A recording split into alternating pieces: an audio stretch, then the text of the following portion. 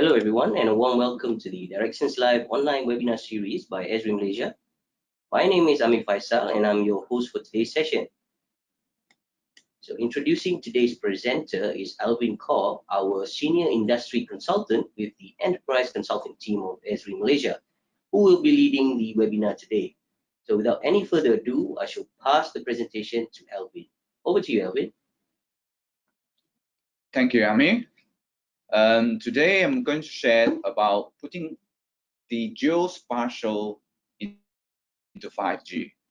Okay, so in our 5Gs comes to this dependency on locations that not seen in the previous wireless technologies. In today's broadband economy, geospatial technology matters more than ever before, and this is why the science of where is here to help. With 5G's promises speed, low latency, crazy amounts of capacities and reliability that will create new user experience and the new industries. But with the promise, there are limitations of the targeted 5G's millimeters wave spectrum that will make deploying a nationwide network difficult. And this is why the higher the band frequency, that compressors tends not to transfer as far as the low bands and easily absorbed by the buildings, trees, and even rains. So this requires a strategic placement of small cells and a lot more of them to cover the same area as macro sites with 3G or 4G lower band wireless frequencies. And because of all these small cells will be built overnight, a hybrid wireless network that leverage low and high frequency across the wireless spectrum will need a strategically planned and built to create a best coverage for subscriber. For example, like 5G, with these technologies, a lot of telco players from our observations is rushing for the NextGen network, and also is trying to compete each others. So it is very important that the network, the foundations, is the locations where you put all your cells is very crucial, because the demand is increasing and then the demand is also changing as well. So let's take a step back. Right, looking down on this lockdown recently give a huge challenge to the telco industries. Okay, there is a spike in demand across all networks, and there's a report from Nokia recently. They're showing that globally the telecommunication industry is facing a surge between 30 and 50%. So the new demands from customers coming from the education sector, where the e-learnings has been become a trend recently, and the working from home trend is also increases the demand, and this is actually give a huge challenge to the telco industries. And the shift of the peak hours, because the people start staying at home and start working from home, it will kind of like change how the peak hours compared to before the MCO. All right. Then there will be a questions from the management whereby is the network able to support the new normal? All right. And the business critical units demand a more stable network as well, so that if a scenario like the next wave will be a hospital or the business critical units able to run business as usual to serve the public. All right. So this is very important, where the location can help to ensure that the telco industry serve the customer successfully. Okay, so you will be asking like, where should I put my offer with my 5G network? Am I targeting the right customers? All right, what is our market potential in that area? Okay, and when we try to fulfill the needs, what are the services available in that specific location? how will we provide all this service to those specific areas? And how do I, more importantly, how do I ensure that I have low outages and also improve my SLA? Okay, so this is very important that you need a platform, all right? A platform that are easy to use. It's actually an open platform, and it allows you to configure first and customize later. So this will actually allow multiple models, okay, that are in the network that you need to pump in your data, okay.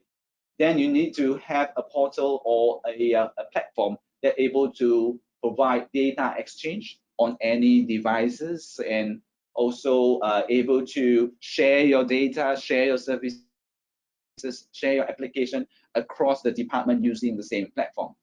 All right. So the with the data in place, how do you analyze all these systems and visualize it, and more importantly, to help to make a better decisions?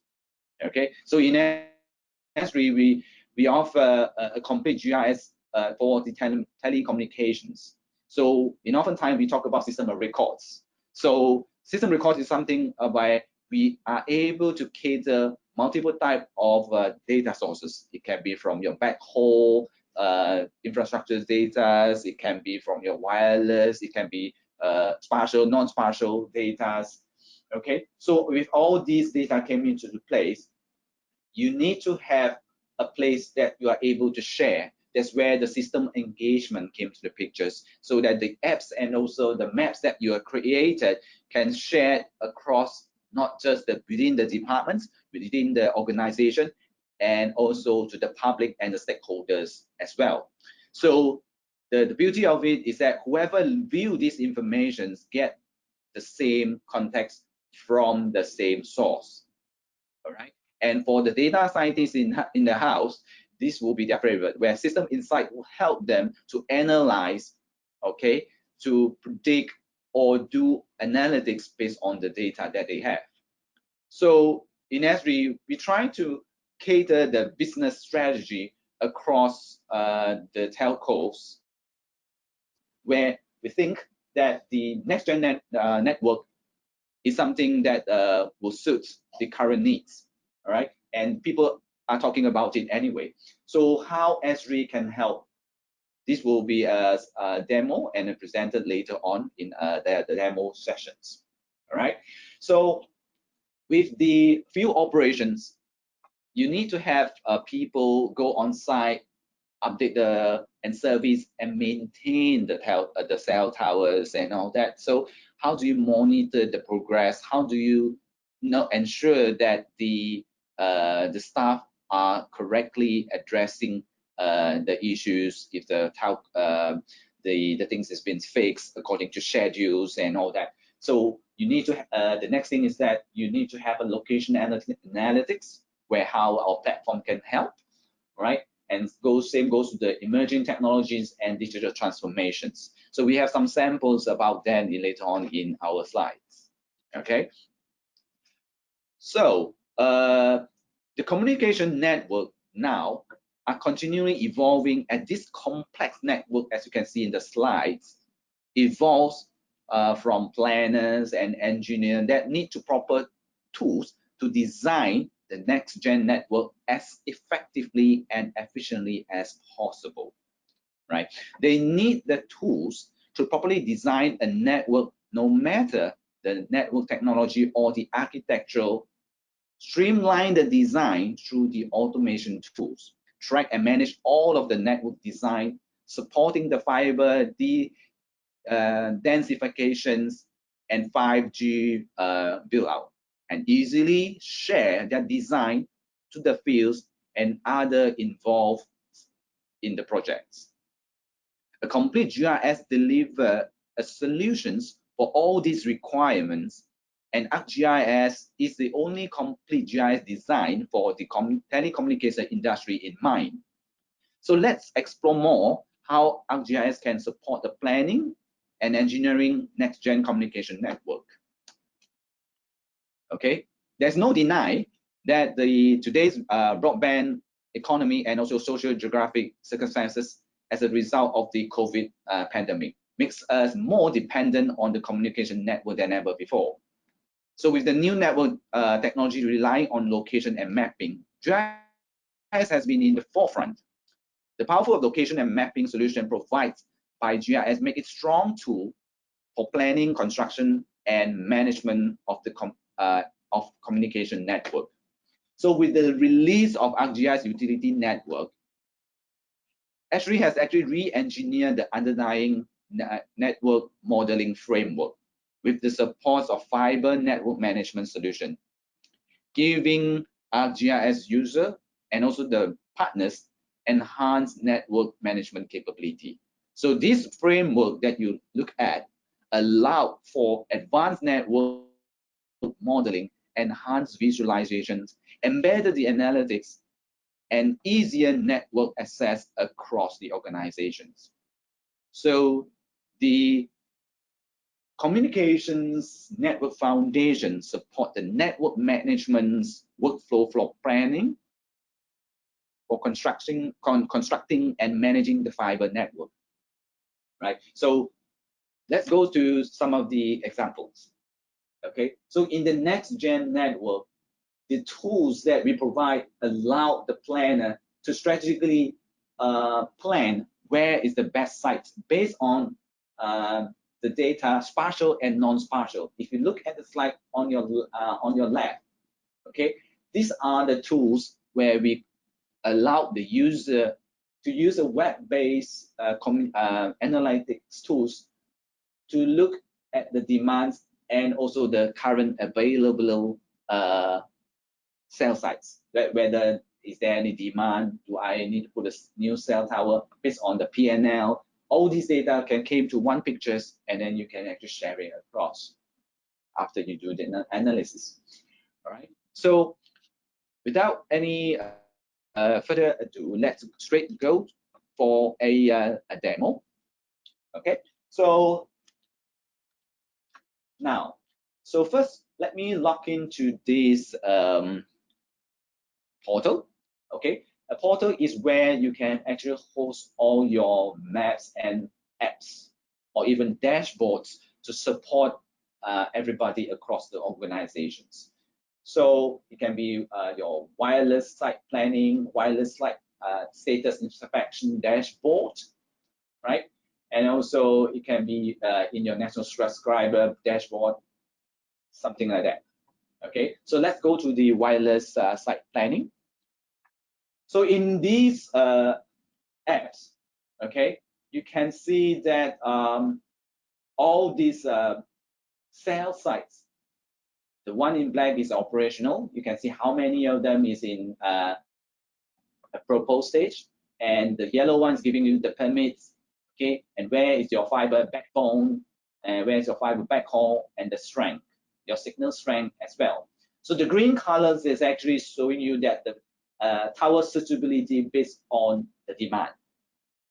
All right. So this is a web application you can build by your team, okay, and share it across the departments.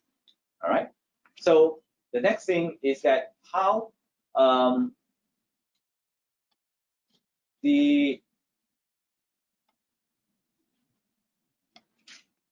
okay, the one there on the left will allow you to see, okay, the closest antenna from all the sites. So if I move my mouse, you can see that where is the nearest and how many customers that I'm serving. So the more, if you look at it, the information just changed across on the fly. All right. I can even draw the polygon of Voronoi, right? So to show that how all these areas are served between the sales tower. Okay, I can calculate the statistic of that area to see how many subscribers versus the population that I have, and what is my penetration rate. Okay, so in case that I want to see that the population growth, is it meeting my KPI I want to penetrate. Okay, and what's the household income in that area? What is the household size? So let's say I want to propose a new cell tower. Okay, I can easily select an area. Okay, click on the proposed site and select it. Okay, so I just name my new site as let's say new 1, 2, 3, 4. All right, then I put my site ID. Okay, new 1, 2, 3, 4 again. Then I'll just save the request. Okay, so immediately you will see a green colored dots on the map. So I want to know that how is the elevations looks like, or do I need to actually add a new backhaul, and is it supportable in my current existing structures? So by connecting this to cell tower, I will able to see the elevations profile. So I will know that will there be a blockage. So the last thing that I want is actually some high-rise building blocking the signal. Right. So these are the things that allow you to plan properly. And as you can see, as a normal user, I can actually slice and dice and just play around with the proposed sites. So let's go to the dashboard, all right, where I can see the inspections and site status dashboards. Okay, so the one on your left with the colors of green and to the red are the number of sites that I have within this area. Okay, so I have the total of 336 sites. How many of them proposed? How many actually in the midst of getting the permits? How many of them is in constructions? Okay, so with this, I can also know that my new latest sites that I propose, which is in green color, if you notice, right? Right. So after that, I can actually go and check where is my existing coverage. All right. How many population that I'm serving? Okay, with 15 millions for this example, and what is the proposed site, and how much possible population that I will be serving, which is close to 1 million, right? In this context. So this will able to help the planner to find out where is the suitable site and who will be my target customers that I will be serving. So next is actually I want to check on my tower inspections. So in this chart, I will see that I have 3 completed tower inspections. Okay, so let's select one of them. So if you look at it, the moment that I select one of the sites, immediately the map points to the locations. Okay, this will help the user to find out where are the survey being done. Okay, I can connect it with one of our products called ArcGIS Survey, where the field workers updated the site inspections data. Okay, I can connect all these 2 products into one locations. Okay, I can actually go to the images of the drone images to see in that site their flight path as well, and I can select one of the dots to find out how the cell site looks like in an image. Okay, so these are some of the examples that allow the user to benefit without going to the site. I can visualize and analyze what's going on the field. Okay, this is something that will help those planner. Okay. Next is when we talk about field operations. As I mentioned just now, your drone images that you capture, the LiDAR data or the DEM, DSM, all this information can actually be shared and actually hosted in our platform. And not just on the site inspections. In fact, you can actually use the platform to support any damage assessment in case there is a natural disasters, okay, or some unforeseen man-made disasters that impacted the cell towers, you can actually have a dashboard and get the information in real time. And this can be shared across the department so that everybody have this thing in the same page. All right. Location analytics, which more often time we talk about with the current buzzword like big data, AI, and machine learning. Okay, these are the things that you can actually train the system to recognize which are the areas and which are the possible sites that will give you problems based on the historical data, based on the trend, and based on some of the parameters that you set. Okay, and in analytics world, oftentimes we talk about descriptive analytics, where I want to understand my market potential and also with my actual retail sales. So in this context, it's talking about whether my so-called what I plan from the marketing team and the actual subscribers react to the marketing tools, marketing plans. Is it giving me the result that I plan? And also, it's actually not in just a table form, but it's actually visualizing in a map and allow you to analyze. And my favorite of all is actually the capacity and utilization predictions. This will statistically give you an idea, the area that I put in the small cell, okay, it can cut into small polygons in our locations, the hexagon, to find out where is the most dense area that using my network during across the time, okay, the peak hours, non-peak, weekday, and weekends. So I can properly plan the network. And moreover is that I can even share the data to do the spatial BI by using our ArcGIS insights.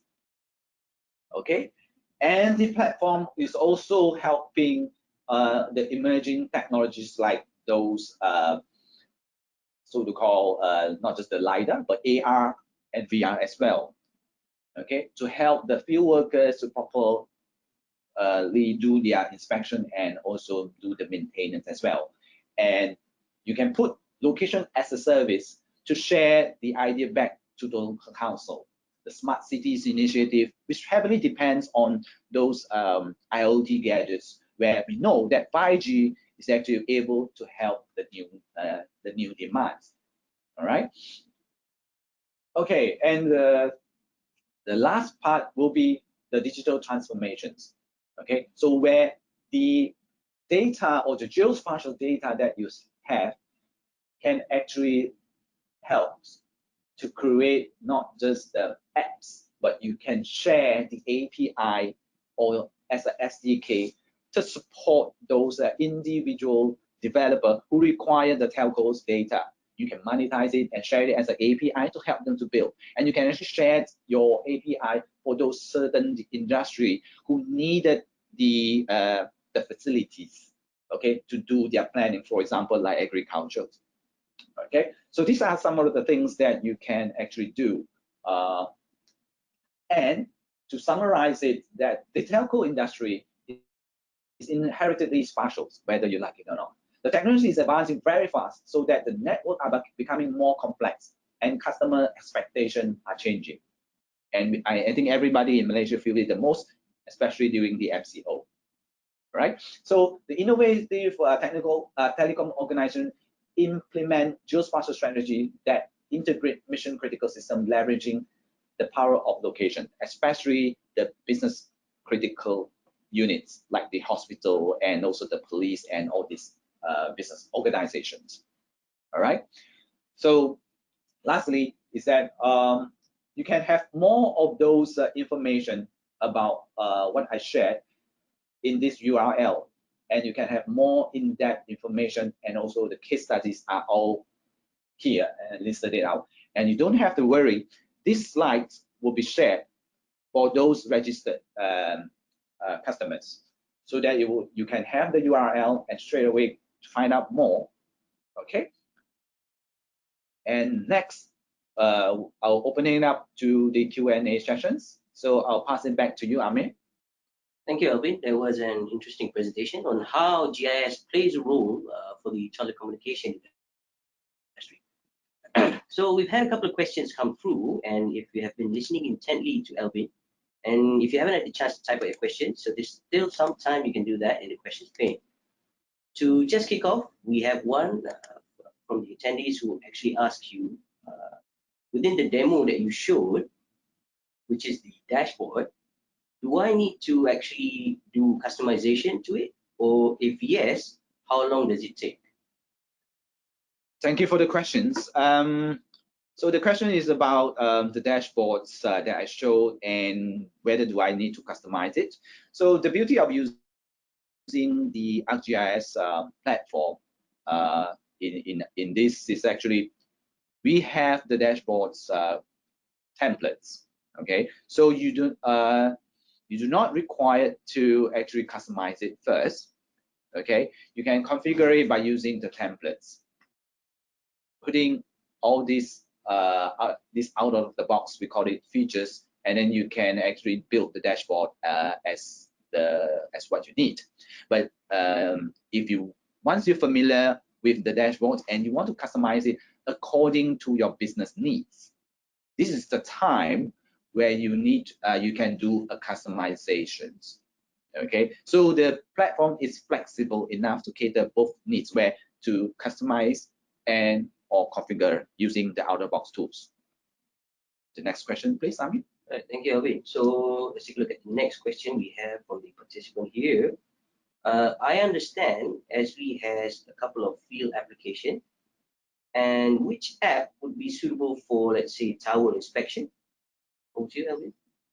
Okay, thank you, Ami.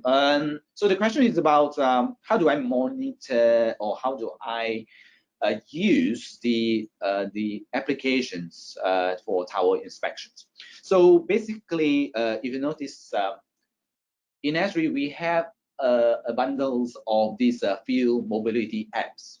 Okay, so you are able to connect those apps through the dashboards. Okay, so for example, like the one that I'm showing you just now in the demo is using field mobility apps called Survey 123. So it is a form-based apps that you can actually develop or craft according to your workflow. All right. So you can actually update, take pictures, take videos, okay, and even put in locations of where the staff is. So all these field mobility apps are available off the shelves. Okay, you do not need to create the whole mobile application. What you need is to configure what type of data you need to put in. All right, so what is the requirement and what kind of workflow you want to go through. Okay, and more in oftentimes, especially the field mobility apps, is something that the HQ or the headquarters or the management would like to monitor where the staff is. And one of the benefits that we can see from the field mobility apps is actually, if an area that I have no signal, I don't have 4G, 3G, I have absolutely nothing. Okay, it's a new area. So our apps can work in an offline environment. Okay, so you can still, the staff can still work as usual. And once they go to the the area where there is a signal, the information will transfer it back to the HQ. Okay, so I hope that answers your questions. And is there any next questions, Ami? Okay, yes, we do. Let's take a look at the next question. So we have a question from a couple of our attendees, which is actually quite same. So I'm going to put it in my own phrasing. So from your demo application, I believe that one is the site planning. The app shows signal coverage area or the signal strength, which is shown, I think, in the green one, showing which areas shows the strong connection, weak connection. How is this actually produced or determined? Where is this data gathered from? Okay, that's a very good question. What you're looking at just now from the apps, we call it a web app builder. Okay, so the data is coming from your so-called your cell towers. Okay, it can be coming from in this example from your Huawei equipments or your ZTE equipments, where your data coming from this from your signal will have a certain bandwidth, okay, a strong and also the weak one. So we are able to use the tools to analyze, okay, how strong your signal and how far your signal can cover. Okay, we even have the tools called something like a line of sights, for example, to able to give you an idea, is there any blockage? Okay, and all these informations can actually visualize it in the web applications. So this is something that the power of our GIS thing, what you want to visualize using your cell towers bandwidth, can easily visualize it in the map. Just imagine that you can put all these sites in one big map, and then to help you to show the bandwidth strong, and moreover, it depends on your needs as well. You can even span across, like if you want to have a real time. Okay, so it all depends on your needs, and the best thing is that the platform are able to support this. So it depends on your creativity and also what kind of KPI you want to do it. So the short answer is that it all determines from what you need and how you want to visualize it, and our applications are able to help you analyze and visualize it in the map. All right, that's great. So we take another question over here. This would be the last question.